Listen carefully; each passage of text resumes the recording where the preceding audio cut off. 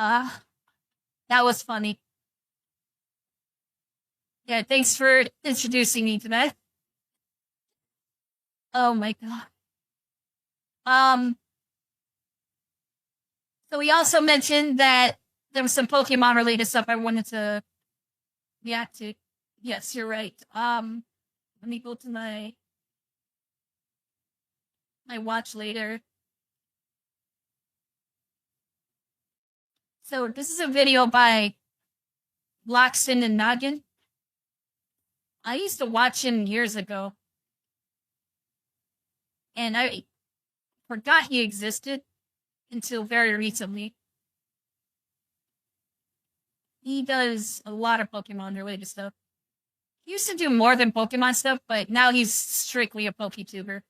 So, thanks to the now confirmed leaks and the Gen 10 reveal trailer, we know Pokemon Winds and Waves are based in and around Indonesia, which happens to feature the Wallace line, that for many reasons most animal species don't cross. You got tigers and orangutans on one side, koalas and emu on the other, even species that could easily island hop over. Oh, it's Trump and Kamala.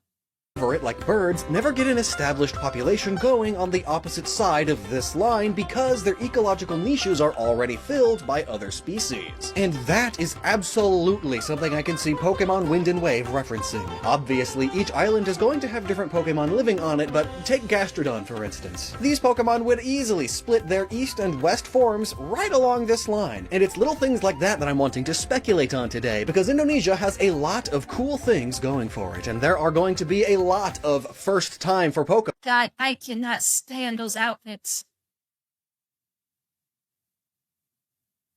They better give us character customization. Like, let us take off the wetsuit.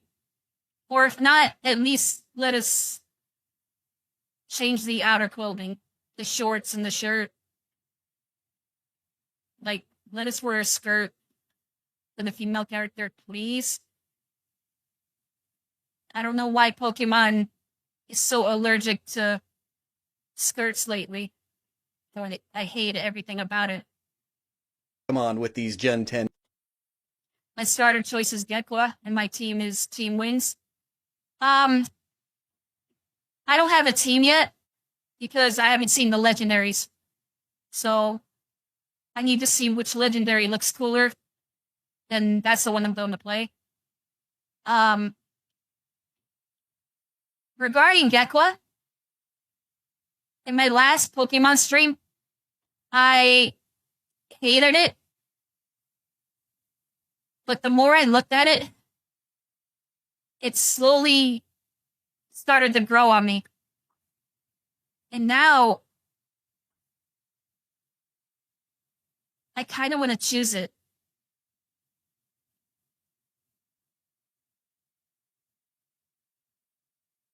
I don't know why. It just, well,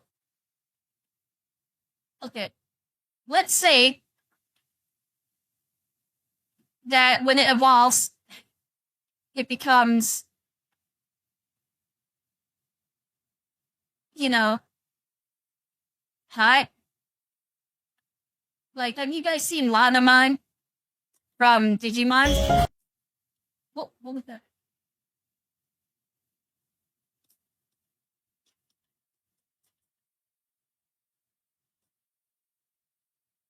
When I first played Time Stranger, and I found this girl, I immediately did everything I could to get her on my team.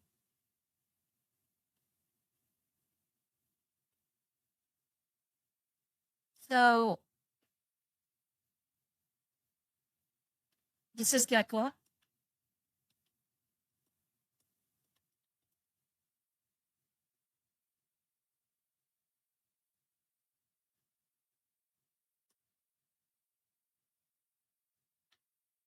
This is Gekla right here.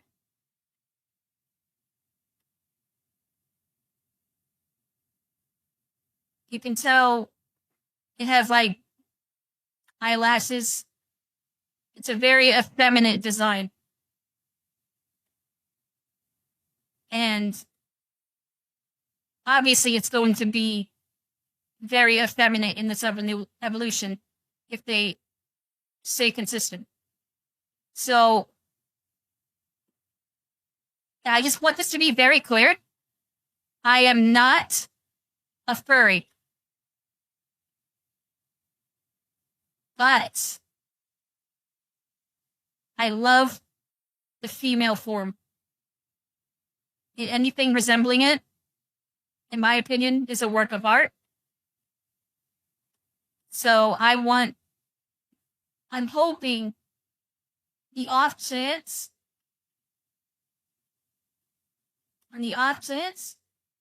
I'm hoping we get something like this. Hang on. Get a good photo. This one sucks too, but whatever. So,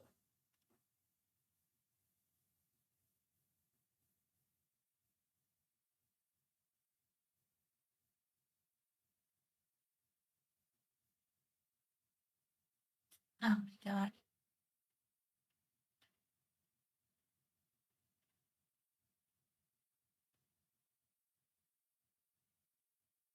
Okay, so this is Lanamon from Digimon. She's one of the best designs in the game, in my opinion. Trying to get a better full body image of her. How is this so hard to find?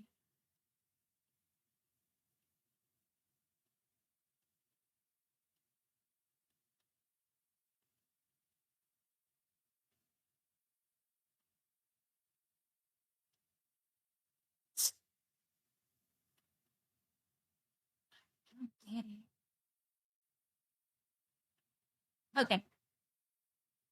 This is Lanamon.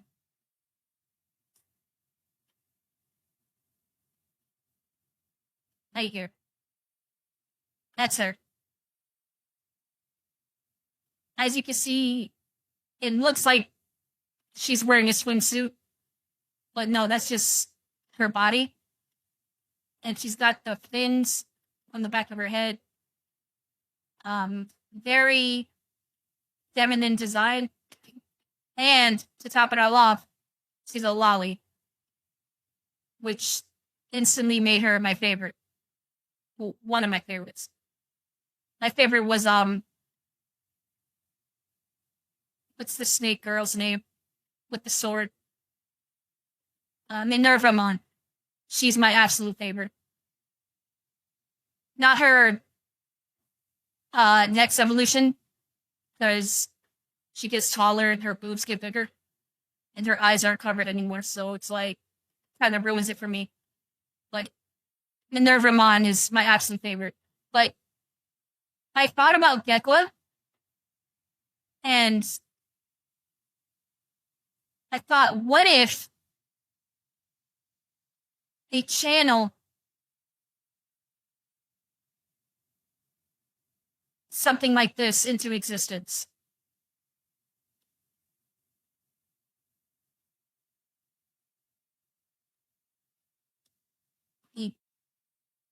I feel like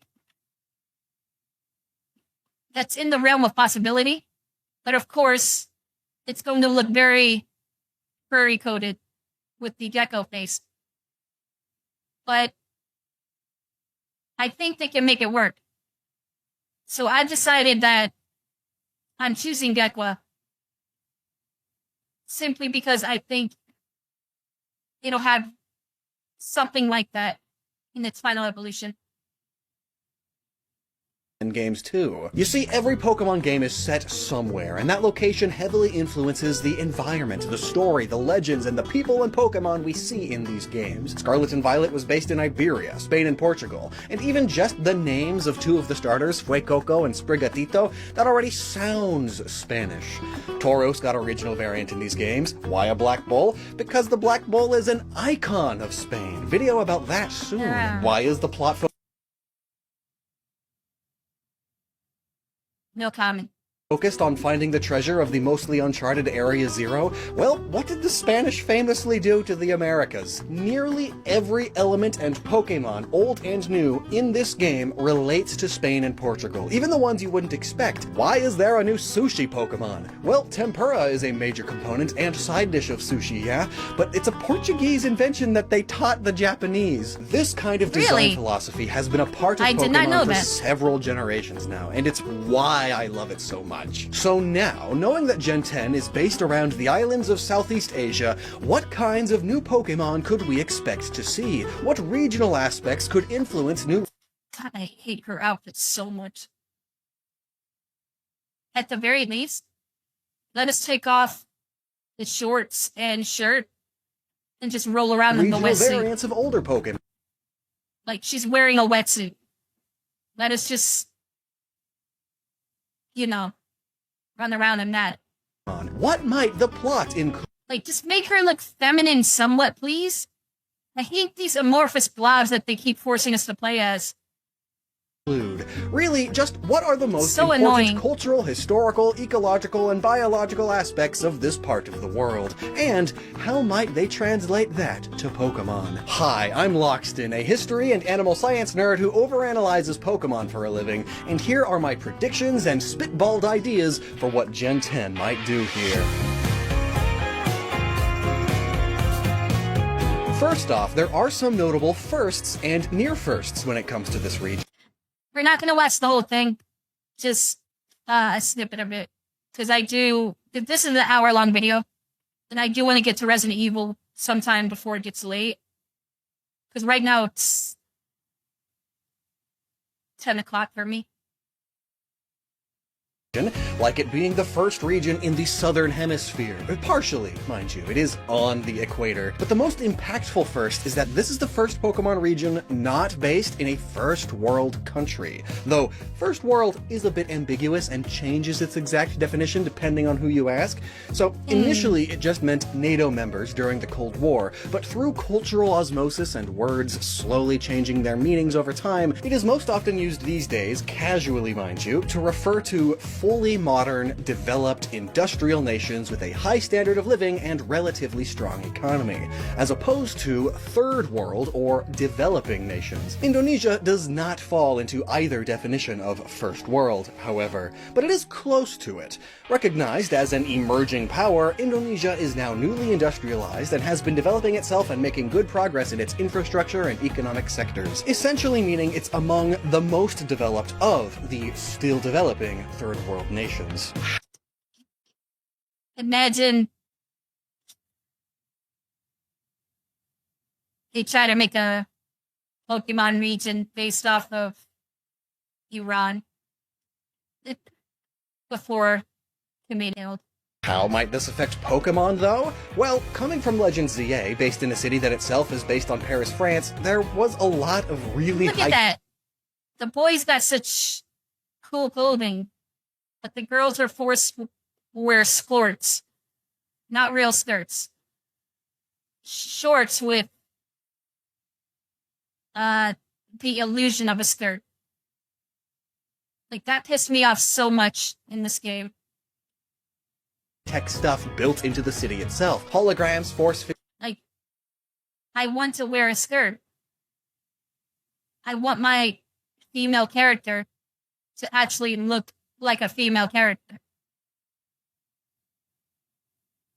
Fields, floating iPads, and curved screens. Game Freak might have put more emphasis on that high-tech urban environment to further contrast it with the following games, which will very likely still have a major city with tech and stuff, but most other cities and towns in the game will likely be overall a lot more low-tech. There's a lot more untamed wilderness out here too. On top of that, the plot could easily reflect this developing status. The theme of mankind versus nature is a common one in Pokemon, and considering this one thing Pokemon needs, definitely, is a decent plot.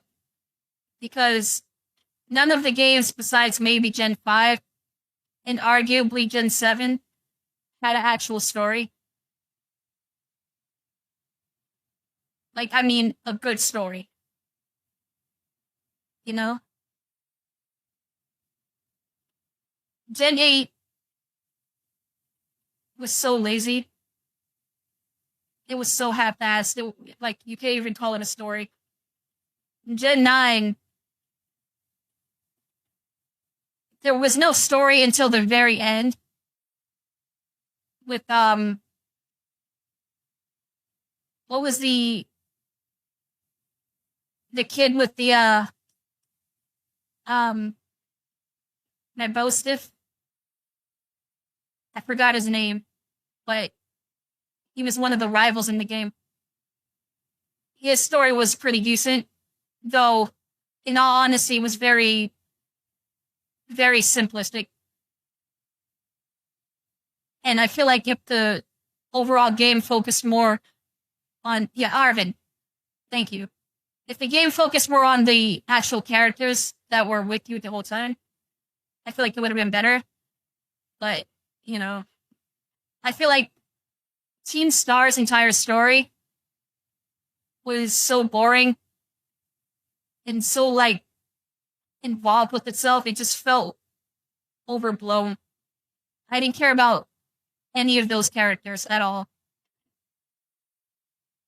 Penny was okay, but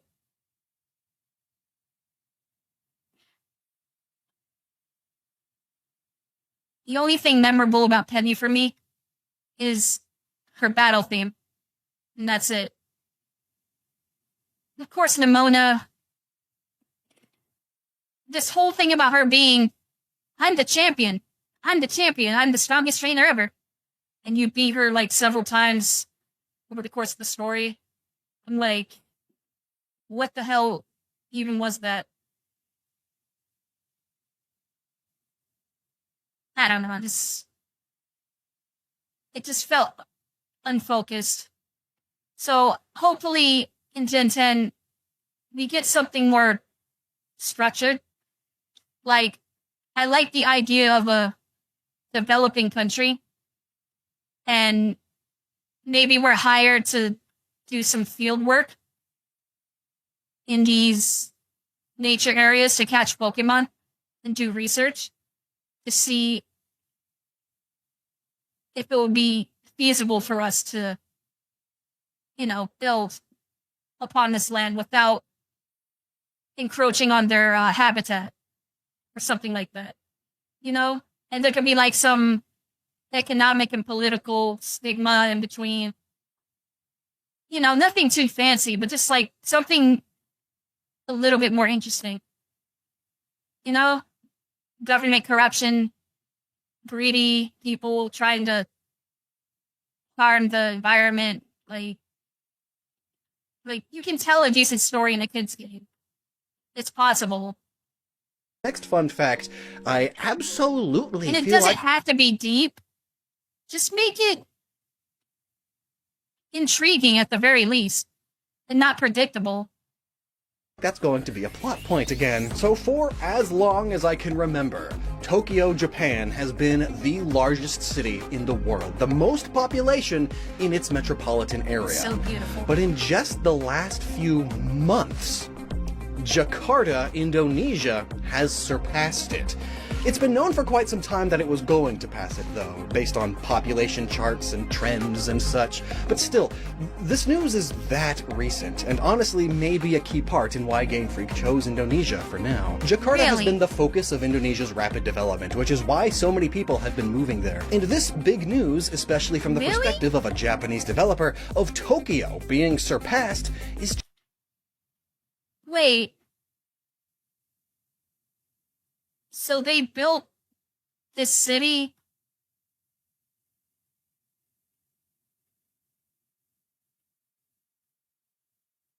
within how many years? And it's bigger than Japan? Just begging for another man versus nature story. Perhaps this sudden influx of income and immigrants, fueled by an expanding and further developing mega metropolis. Yeah. The immigrants are the bad guys. I would love playing as that. Has disturbed some natural balance. As someone fighting now against a local legendary Pokemon is a bit peeved. making the winds and waves storm all over. Yes. Now, an almost That first is a we good see in plot, Pokemon mind Wind you. and Waves is that the region is based in multiple countries. Now, we did just have Spain and Portugal in Paldea, and technically Suno includes the southern tip of Sakhalin, which belongs to Russia, though Japan has historically often claimed it. But these instances are arguably nowhere near as significant as what we're seeing here, both in number of countries and how culturally different they are. Like, yeah, Spain and Portugal have their differences, but they are more similar than they are different. Meanwhile, this region is dominantly Indonesia, but it also includes Singapore, Malaysia, Brunei, Timor-Leste, and a tiny bit of Australia.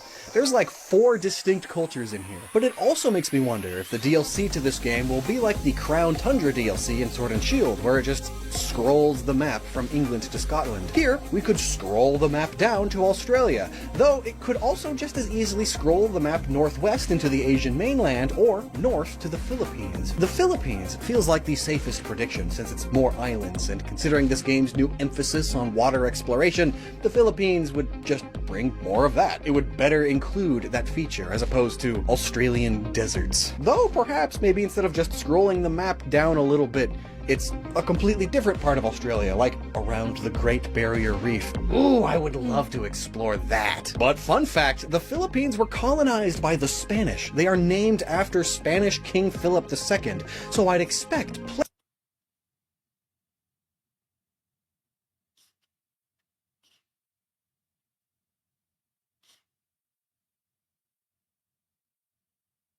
One of the earliest examples of a femboy. plenty of Paldean Pokemon in this region, and expect some great advice in this very video. It is National Sleep Awareness Month. Are you aware of sleep? This video's sponsor, Helix Sleep, sure is, but at times Here I comes the forget because ad. the world is a place My full of favorite stress. And growing up, I really felt that. I thought, after college things will be okay, but then I was working 80-hour work weeks, which you'd think would make me tired enough to sleep, but no, it was a very rough time. Honestly, I had always struggled to fall asleep since childhood, but eventually I have this heard of problem Helix too. Sleep, did their quick online sleep quiz to match me and my wife to their best mattress for our sleep styles, and wow. Honestly and literally overnight, I was sleeping a lot better, which helped me be Really? more productive. And be healthier, that's important too. I thought, surely this is a placebo, but nah, 9 years later, our Helix Midnight Lux is still helping tremendously. The nights that I struggle to sleep are the exception rather than the norm now. This impact on my life might is a bit consider getting one then. I mean, I know a lot of people sensationalize and say things to make it sound better than it is, but I'll honestly try anything because I have so much trouble sleeping at night. So who knows? I'll look into this. big part of why I support this brand so much, and why, if you're a regular viewer, you hear me talk about it a lot. So I highly encourage you to check out their Sleep Week sale, where they offer 27% off site-wide. Mattresses are one of the best things you can invest in because, as I've experienced firsthand, they literally impact your whole life. You're asleep for a third of that life, so to say life is better when you sleep comfortably is an understatement. And they know you'll love it. That's why they aren't afraid to offer a 120-night sleep trial and a lifetime guarantee. Talk about confidence. And they offer mattress toppers and flippable kid mattresses too, so there's a sleep upgrade waiting for you right at the link below. Thanks for checking them out, and thanks to Helix for all the support.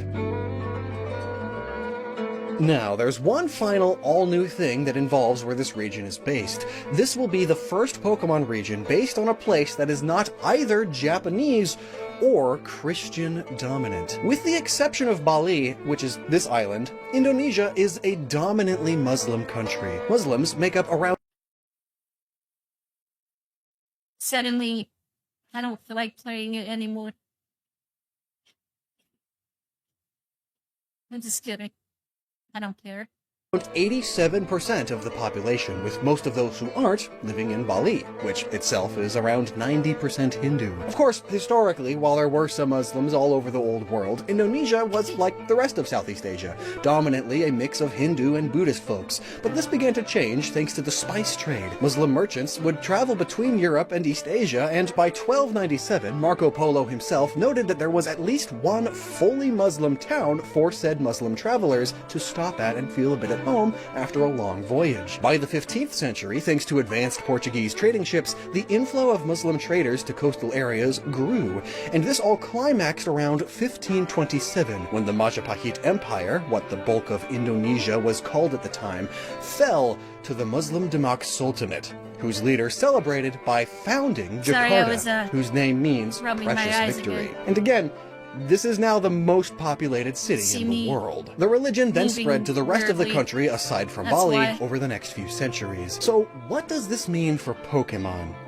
Pokemon itself does, on rare occasions, reference real religions, what with Pokemon's own creation myth being inspired by Shinto, Buddhist, and Abrahamic religions, and there are of course those monks in Johto, and a few Pokemon like Meditite and Mega Medicham referencing Hindu turbans in their design. But hey, now, please, listen to this whole paragraph before you make judgments on the first couple sentences. While I highly doubt Pokemon would include any direct references to mainstream Islam, I do expect to see some references to Islamic mythology. But what does that mean? Well, that goes without a doubt.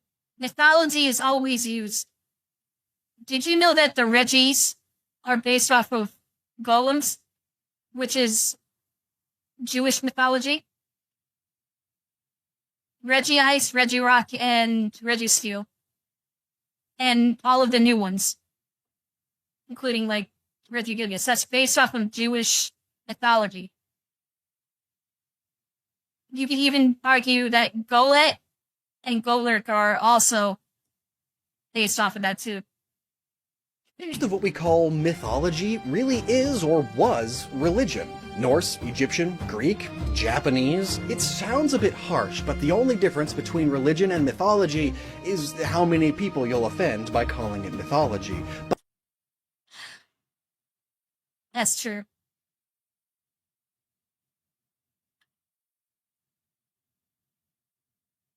But mythology doesn't inherently mean fake or wrong as many religious folks take it.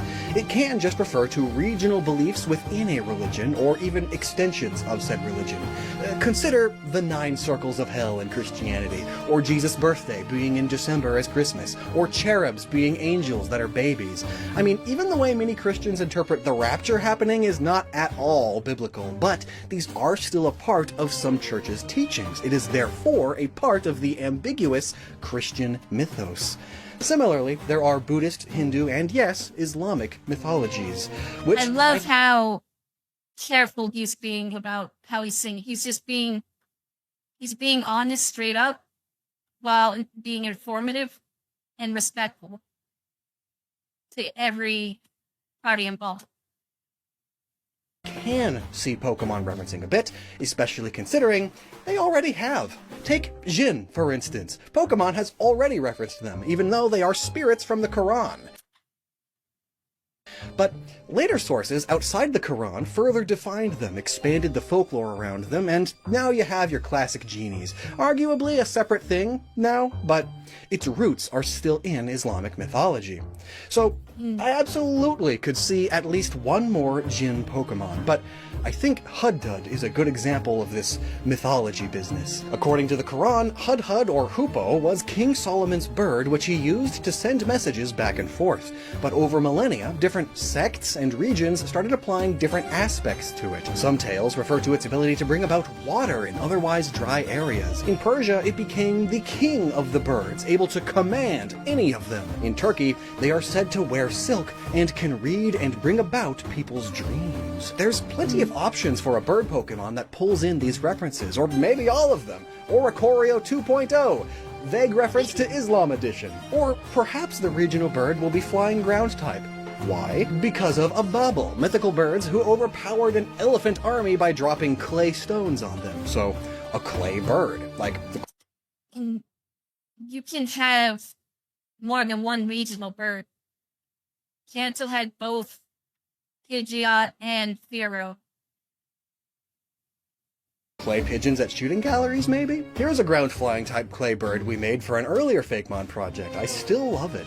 Barak are interesting, and their name means emitting or radiating lightning. So, easy electric type thing. But on top of its speed, it is notable for being a riding beast. It gets people around very quickly, including Muhammad. It's most often depicted as an equine thing, but with a human face. Kind of like a weird deer. Huh. Weird. How about a psychic electric type weird ear variant? Java and Rusa are deer that live in eastern Indonesia. There you go. The Shamir is a strange looking fellow too. It's a big worm beast that eats through stone, iron, and even diamond. That sounds like a Pokemon Pokédex entry already. It's said to have been used by King Solomon to construct the first temple of Jerusalem, and Moses used one to engrave the gems of a priestly breastplate. An earthworm evolution, especially given its 6 little legs. I could definitely see that. Yeah. 2 globally common monster ideas also have Islamic... That mon is so annoying to fight against. Shedtail is one of the most annoying moves. roots, the ghoul and the basic giant. So, expect some bigger old Pokemon here, and some ghoulish ghost types. New dog! According to some, Keetmer is one of the most important animals in Islam, despite dogs generally being seen as unclean enough to be religiously forbidden to bring inside. Which, come to think of it, I mentioned years ago how odd-seeming it was that Paldea had so many dog Pokemon. Like, not only did it introduce the most of them at once, it also included most of the older ones, likely.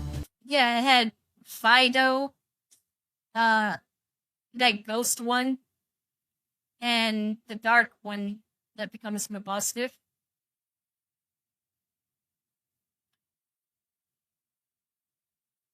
I forget what the other one was. A reflection to the fact that Portugal and Spain have among the highest concentration of dogs per capita, and the biggest population of stray and feral dogs. And that's just the registered ones. How many of your dogs are properly registered? So, like the high-tech to low-tech technology contrast idea I mentioned earlier, this might also further juxtapose these two regions. Dog ownership in Indonesia is between 5 and 10% of households. Compare that to 45 to 50% in the US. And that's primarily due to religious belief. So I doubt there will be many dog or pig Pokemon here, if Game Freak did their research. Which, I'll be honest, I put a bunch of pigs and dogs in a Muslim-inspired region just to piss people off. I think that would be hilarious. they usually do. But Keetmer was a special dog, a cave guard dog, the best cave guard dog, and that's its story. Ultimately, pretty basic of an origin story. Game Freak can take that idea and kinda do anything with it, but probably just expands upon the fact that dogs love to dig. Maybe this one makes lots of caves and then guards its puppies inside. So, might the final evolution of Pombon reference Keetmer? But speaking of digging caves, let's make like the Enlightenment and leave organized religion behind for now to explore Indonesia's ecosystem for more ideas of what's to come. Fun fact, Southeast Asia has so many caves and sea caves. And caves preserve the things inside of them really, really well, especially sea caves. Air blowing around and temperatures rising and falling every day will wear down paintings and artifacts over time. But caves, especially sealed ones, trap the air inside, preserving what's in it like a can. And so, all of the oldest and most ancient cave paintings we know about would that be the where the legendary wind Pokemon comes from? Are in Indonesia. Up to 52,000 years ago, somebody painted this bull. And this Barabusa, or deer pig, which should probably... Here's like a personal gripe I have. with winds and waves. Just like a small personal one. We already have a weather trio. Groudon, Kyogre, and Rayquaza. Or Rayquaza, however you say it. The waves would be equivalent to Kyogre, perhaps. And the winds would be similar to Rayquaza. I just feel like it just bothers me a bit because it feels a bit asymmetrical. Like, the opposite of waves would be land or fire or something like that. That's what I assume that would be. So it's just a little awkward that we're technically getting a legendary duo that's Kyogre and Rayquaza and not Groudon. Maybe the third legendary will be the land Pokemon, or maybe it'll come from space, who knows. But I don't know, I just feel like water versus wind is a little, I don't know, it doesn't feel as impactful as land versus sea. Kyogre and Rayquaza is a stretch? Maybe, but that's just the vibe I get. I just don't really understand, because the box art legendaries are usually a dichotomy. They're always diametrically opposed. So we have Kyogre and Groudon with the first ones. No, sorry. Ho and Lugia. Ho and Lugia were the first ones. They were both flying types. One represented the phoenix and the rainbow in the sky, and one represented the sea. But the thing is, Ho also represented the sun, while you can make the argument that Lugia had some inspirations of the moon. And that made sense. Then you have Kyogre and Groudon, obviously land versus water. The ocean. And Gen 4, time and space. Very, very clever duo. And it's not just time and space. It's also solid versus liquid. That's why Palkia is a water type. Dialga's steel. And the reason why Giratina is a ghost type is because it's supposed to represent gas. So it just makes a lot of sense in that aspect. Now, Gen 5, you have Reshiram and Zekrom. Gen 5 Tau Trio, yeah. One is supposed to represent light, the light of fire, and the power of truth. While the other one is the dark storms of enlightening and idealism. It's more philosophical than the others, but it makes a lot of sense. And then Gen 6, life and death. That's probably the easiest one you can do.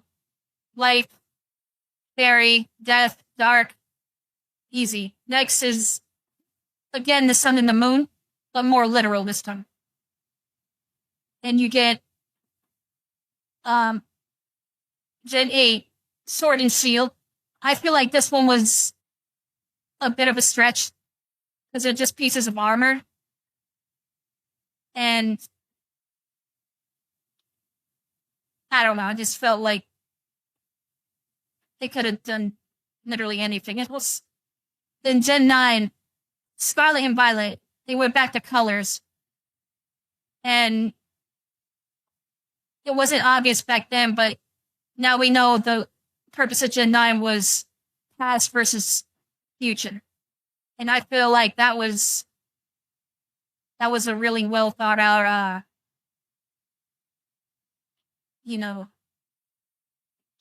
duo. We don't have a third, Cyclizar or third legendary for that game, right? Yeah, we don't. It's just Koraidon and Miraidon. Never thought of. We don't have a third legendary. Unless it's supposed to be that turtle thing. I forgot its name. But anyway, so I'm just a little... I don't see how the wind and waves are very diametrically opposed to each other. Because the wind causes waves. And the waves aren't really fighting the wind. Or like, they're literally controlled by the wind. So, I'm not really sure what the thought process there was exactly. I'm not complaining, it's just, I just don't really get it. You know? Maybe we'll see. We'll see eventually. Probably be a Pokemon too. Probably the only pig though. And of course, there are plenty of these classic hand stencils. These ones are the oldest we know about, and were... They're gonna make the pig a poison type to respect Islam. What? Made around 68,000 years ago. Honestly, every time I look at cave hands like this, I get a little bit misty-eyed, because humans have been humans for so long, surviving impossible odds, having families, telling stories, making art, leaving their mark on the world no matter how small, and I really just don't want our progress to be halted for the sake of 24 billionaires who are successfully making us hate each other instead of looking up.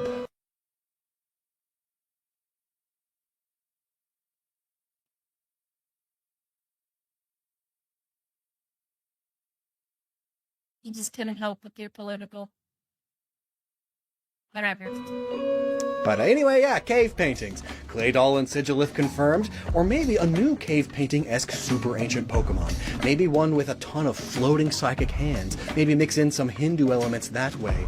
Many Hindu deities are depicted with multiple arms, not because they literally have multiple arms, but rather it's a way to show their diverse divinity abilities all at once. But that doesn't stop Pokemon from referencing that factor. See Mega Medicham and Mega Babaracle. But yeah, I could totally see a cave full of Unknown here as well. Actually, it's about time Unknown got good. Give it the schooling ability, what Wishy-Washy has. It starts as a powerful swarm of... That would be cool.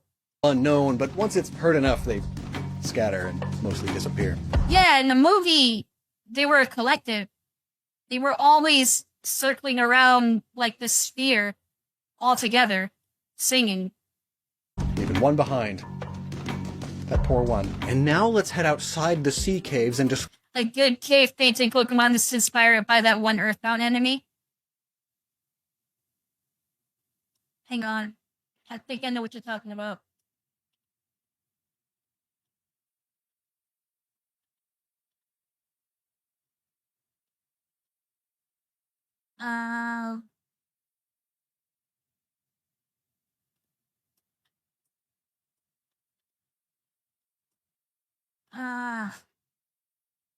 I know what you're talking about, but I forgot what it's called.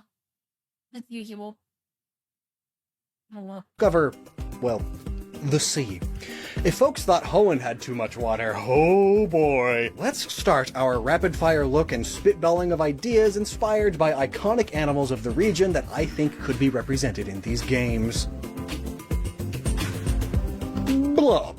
There's gonna be a lot of fish Pokemon, old and new. Definitely Relicanth, though, as it not only goes along with the ancient theming, but also this is where the second species of Coelacanth was found. Now it's even on Indonesian stamps. But the red Asian arowana, also known as the dragonfish, is Indonesia's national fish. It's just begging for a water dragon typing, huh? Though, given their striking red color at times, I can see water fire too. They look like their scales are holding their superheated body inside. Oh yeah, and the blue-ringed octopus. They live here. It's one of not a hot take, rather, but I'm all for Pokemon being inspired by the region they're from. But let's not forget, it's okay for some Pokemon to just be random filler or an object.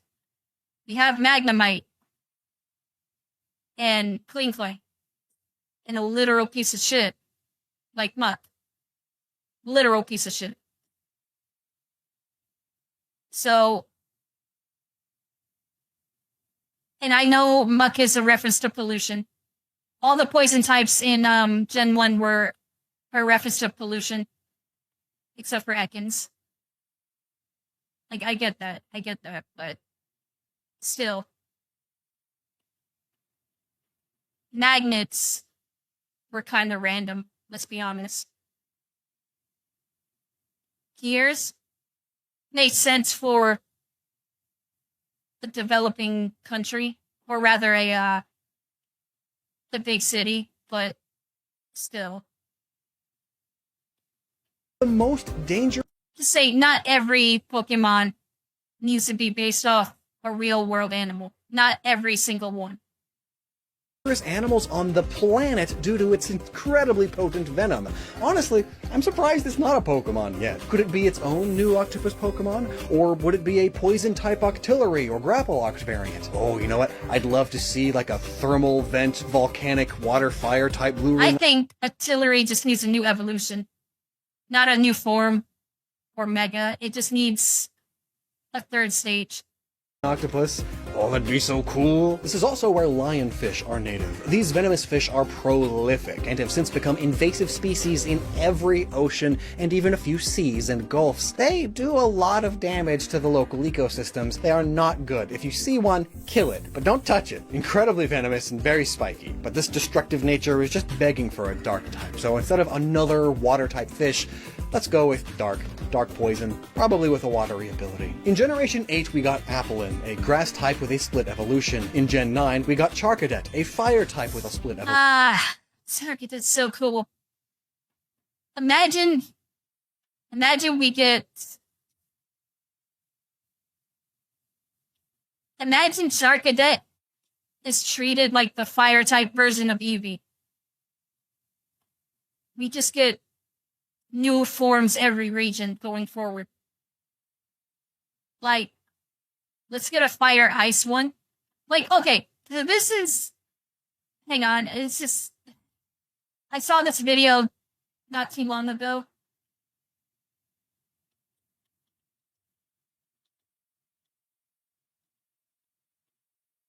Sorry, my ADHD kicked in.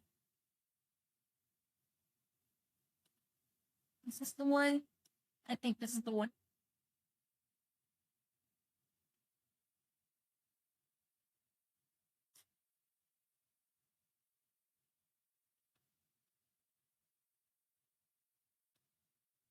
Yeah, it's a video by Pokédex Fillers. It's a short video, so... Oh. Psychic type or... So we know that Charcadet can evolve into a Psychic type or a Ghost type, but what if it could evolve into every type? Tsunami is a Water type evolution. His voice is so annoying, though. But what can you do? With a trident arm and a large oceanic blaster. Arachnidol is a Bug type evolution, which attacks with 4 spider arms. Drillava is a Ground type evolution, which can use its ginormous drill arm to burrow into the ground before bursting out and attacking foes. Look, these designs are so cool.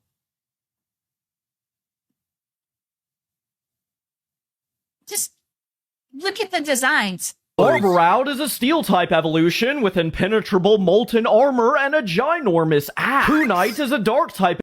Come on. It looks so sick.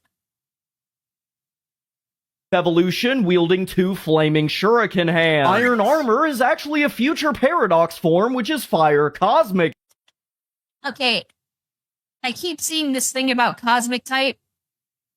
I think it should exist, but it's not real. And I think a lot of fan games are using it, from what I understand.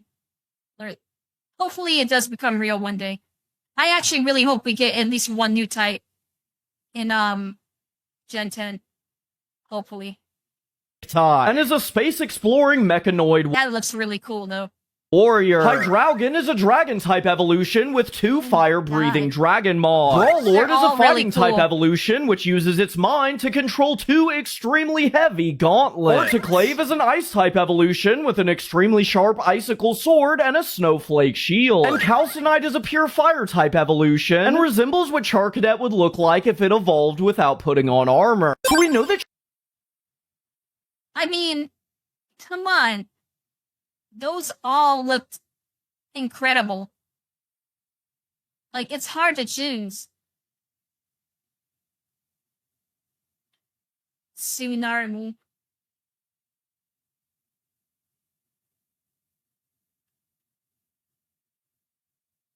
for spider arms. Dralava is a ground-type evolution which can use its ginormous... Which one did you guys like the best? I think I have to go with this one. The Fire Dark one. I mean, just look at it. It's got shuriken.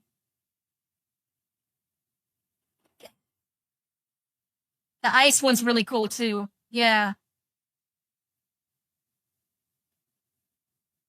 Articulate. This one was really, really cool.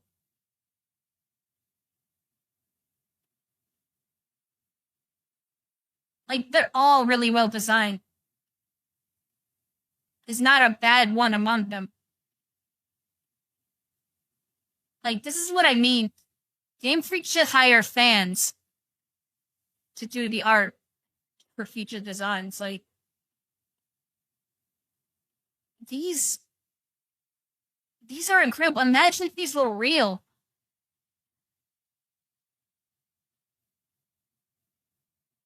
Not a single one is bad. They're all really cool. This one reminds me of Clawitzer.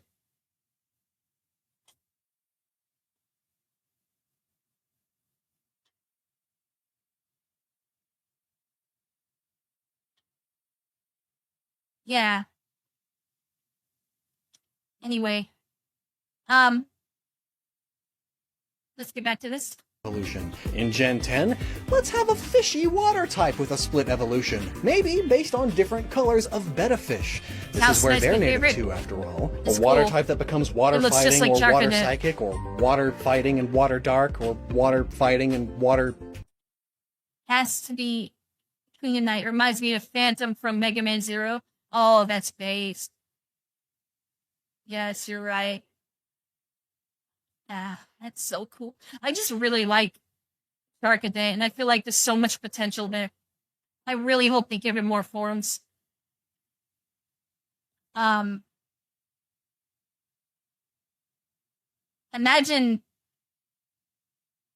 we get one for each type. That would be amazing. Fairy. We need a gosh dang eel Pokemon. Well, I mean, there's Wiglet, but like, I mean a real eel. Indonesian Electros.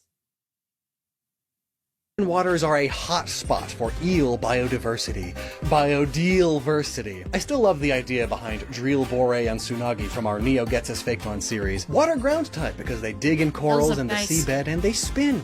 Like drill. I really, really like Fakemon. They're often way better designed than some of the new ones we get. Also, just northeast of here is the famous Mariana Trench, the deepest point in the ocean. If there's not a deep abyss filled with bioluminescence, that's a missed opportunity. Luminion is going to be here, no question, and there definitely needs Okay, it needs a new evolution so bad. Luminion is the most forgettable water type of all time. To be some sort of new tropical fish Pokemon because, like, it's the tropics. And fishy. In fact, do expect Bruxish. It's based on the Humuhumunukunukuapua, the state fish of Hawaii. Actually, expect a lot of Alolan Pokemon. As I've explained plenty on this channel, while Alola's land is based on Hawaii, its Pokedex is more Pacific Ocean as a whole. Hence, Pokemon like Toucanon and Turtonator being there, even though they're based on South American animals. Or Komala being there, even though it's based on the second most iconic Australia-only animal. Oh my gosh, are we finally... Electros is one of my favorite electric type Pokemon. Next to Ampharos. And oh, did you know that Electros is the only Pokemon with no music weaknesses? Yes, I did. That's why it's amazing. I'm surprised it's not used more in competitive. But now that it has a Mega, I think we're gonna be seeing a lot more Electros. It literally has no weaknesses. Because it's levitating.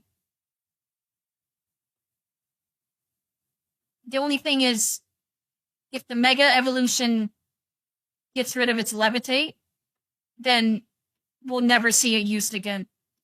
Because that's literally the best thing about it, the fact that it has Levitate. Going to get a proper kangaroo Pokemon? Kangaskhan is what happens when you draw a weird kaiju and give it a pouch for literally no reason. Maybe it's finally platypus I mean, it was the 90s, man. Come on, relax.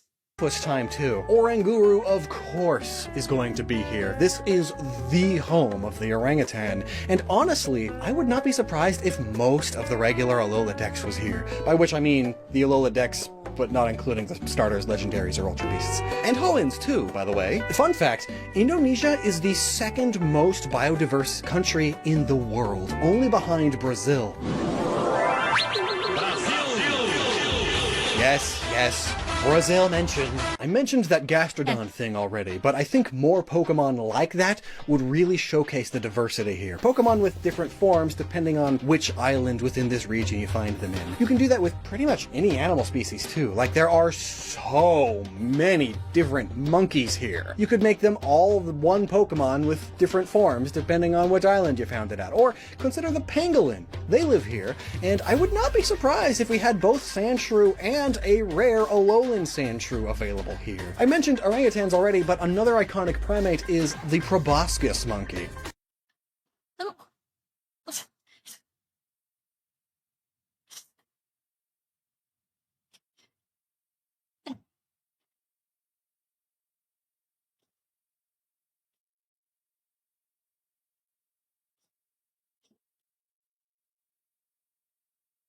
No, Patrick. Horseradish is not an instrument either. Is that what he calls them?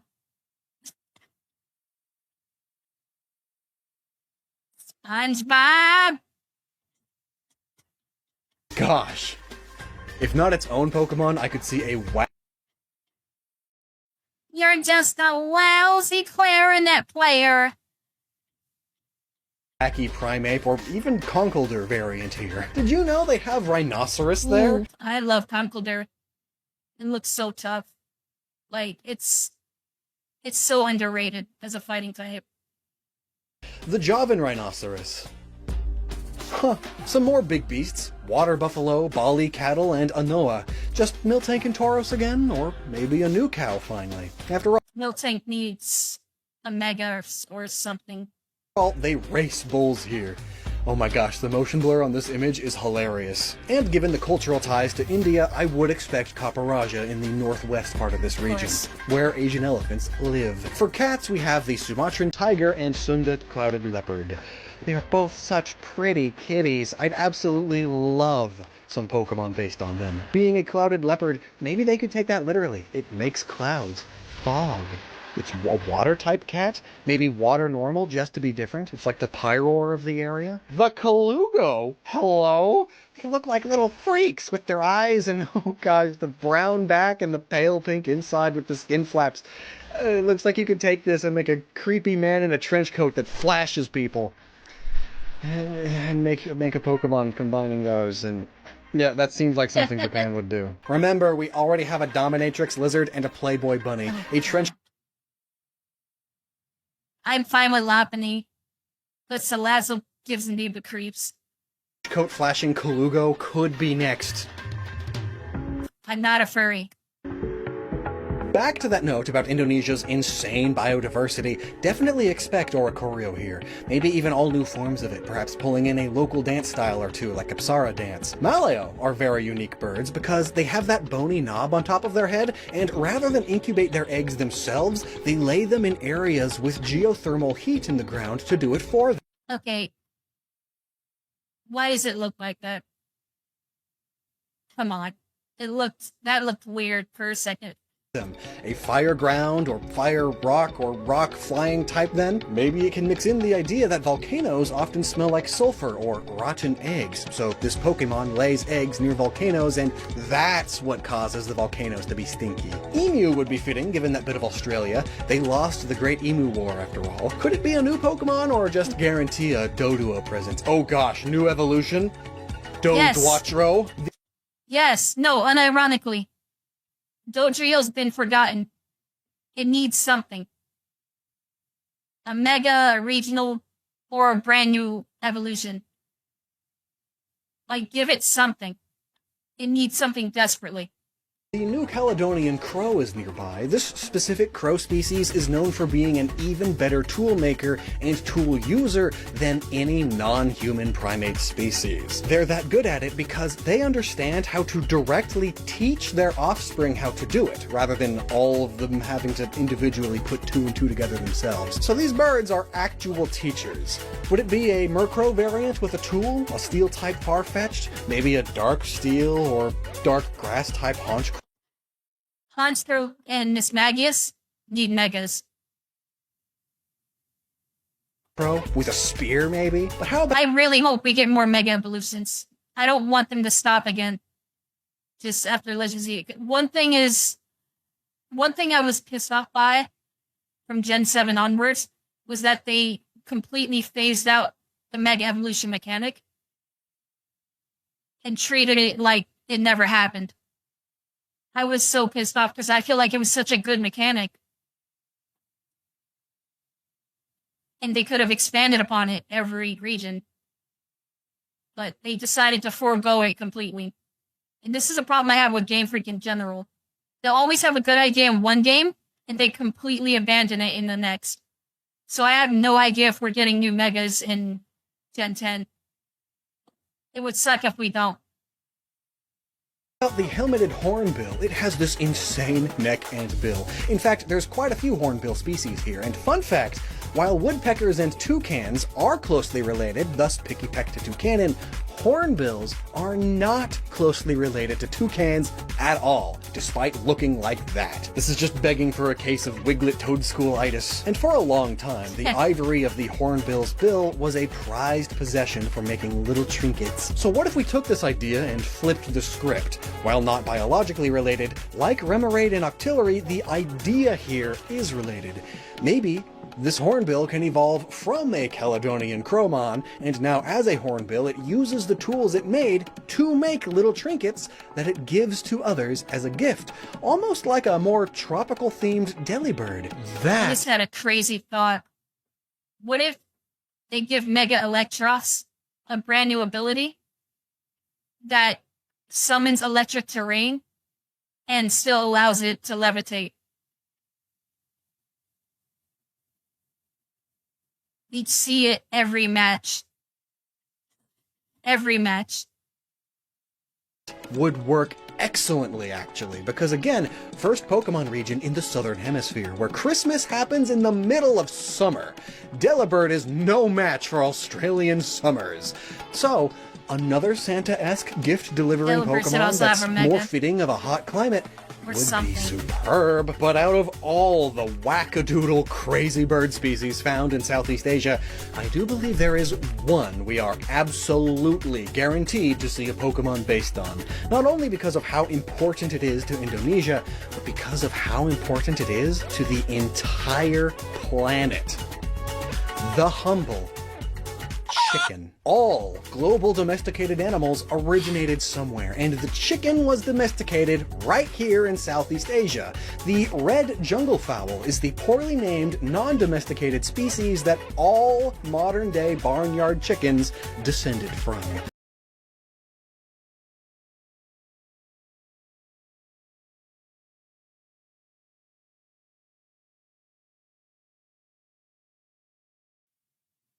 Like, can I be totally real with you?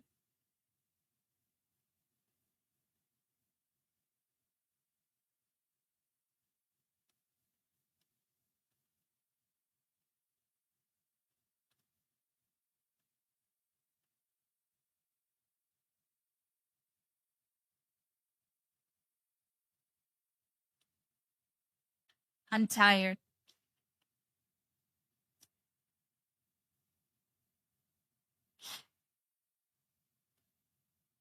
I'm really tired.